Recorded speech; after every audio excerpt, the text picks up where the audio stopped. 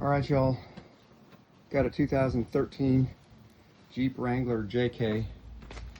And as you probably have experienced at one point or another with yours, my emergency brake cable is a little loose. So when I pull the handle up, it engages, but it's not quite engaged.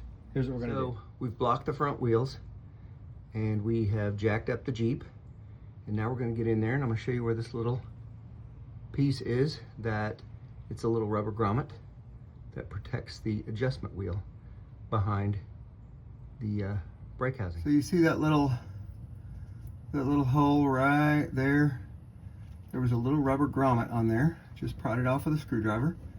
And now we're gonna remove the tire and wheel and pull the brake assembly off so that we can access that little roller wheel to adjust the emergency brake hub. And a lot of you are probably saying, well, why don't you just do it now? Well, on mine, there's not a bunch of room. So we're just gonna go a step further and we're gonna do it right. So we've got our tire and wheel off. And now we're gonna take our brake assembly off. Got a 19mm socket ready. And we're gonna remove these 2 bolts here up at the top and take that off so we can have access to that little hole I was talking about. Okay, y'all, so we have the brake assembly off and the rotor off. And as you can see, here is our little assembly that we're going to adjust. I just happen to have one of these. It's called a brake spoon.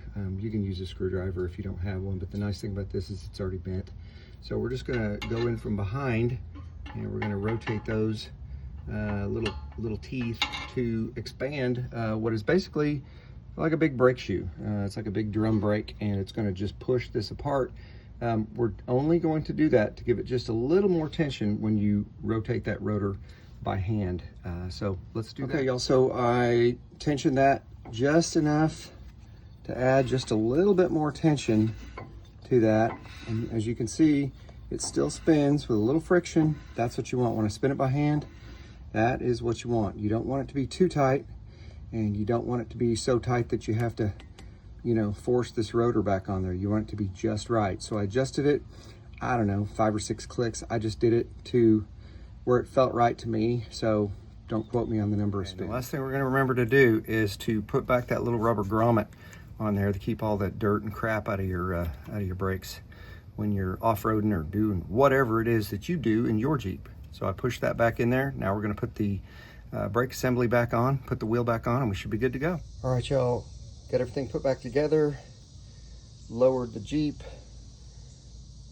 secured those lug nuts up. Yes, I did do both sides, in case you're wondering.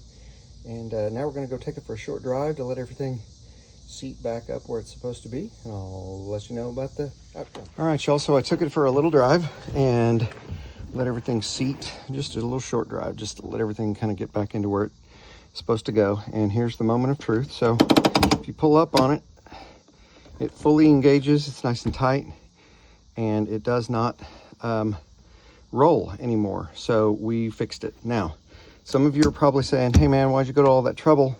All you have to do is get down in there and stick a screwdriver in there and adjust that little tooth assembly and let that little gear spring adjust itself. Man, I tried that a dozen times and it kept popping back into the same old place. So had to do something a little further, take another step, which is what we did on that one. So if you're wondering how to do that, it's super simple. If you have a hydraulic jack and some basic tools and a little bit of patience. So hope this helped.